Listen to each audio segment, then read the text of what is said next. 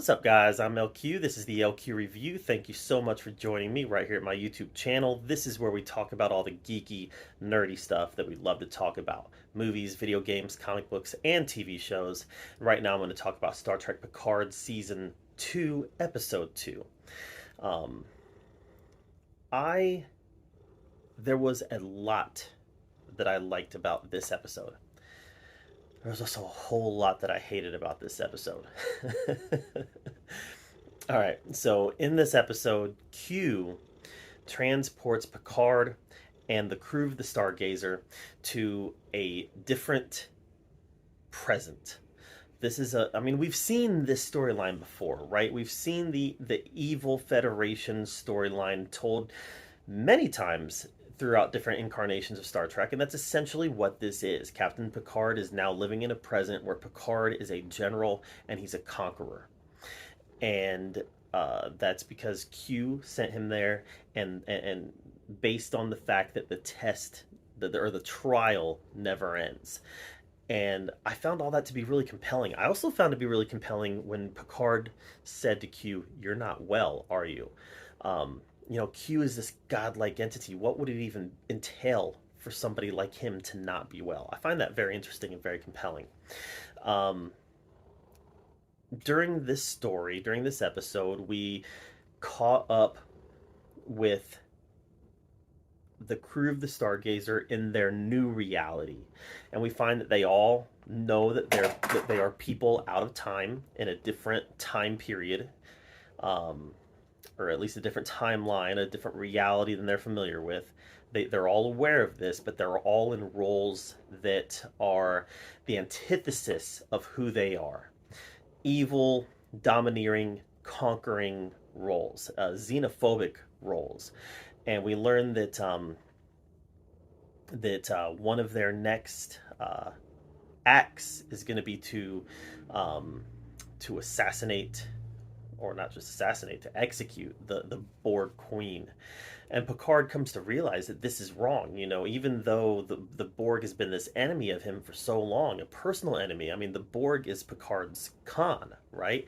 Nemesis tried to make Shinzon his Khan, but it's not. The Borg is Picard's Khan. And do you hear my cat purring, by the way? So, uh, you know, the fact that Picard realized this Borg Queen has done nothing wrong, I have to save her. It's an interesting take, but a little bit felt disingenuous because of Picard's history with the Borg. Remember, Star Trek First Contact was Picard hated the Borg. He hated the Borg. In fact, there was Star Trek First Contact made the Ahab um, comparison. Picard was so obsessed with the Borg and so obsessed with killing the Borg that he was literally compared to Ahab in Star Trek First Contact. And I don't know that he ever grew out of that. If I recall, I don't think I'm mistaken. Star Trek First Contact was the last contact that Picard had with the Borg until now. So what made that hatred disappear? Was it just 20 years of mellowing, or is he just like, I don't know. I don't know. It felt out of character for him to want to spare the life of a Borg, let alone the Borg Queen.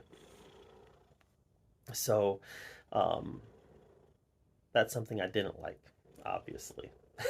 But at the end of the day, I liked the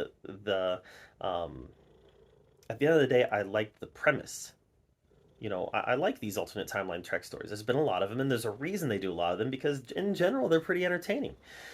Again, we are stuck with the narrative, though, that CBS, Paramount Plus, they don't understand Star Trek. They don't know what Star Trek is, and they don't know what to do with this property. And we see that here again, right? We see this world that Picard is inhabiting, this world that is supposed to be set in the same world as the Next Generation, but apparently mankind has slid backwards because this is not the same world that was presented to us in Star Trek: The Next Generation. There's no verisimilitude there. This is what the makers of Trek want to talk about now. This is the world they want it to be in now, and for whatever reason, they want it to reflect a world that's more like ours now, instead of this brighter utopian future that Gene Roddenberry always envisioned.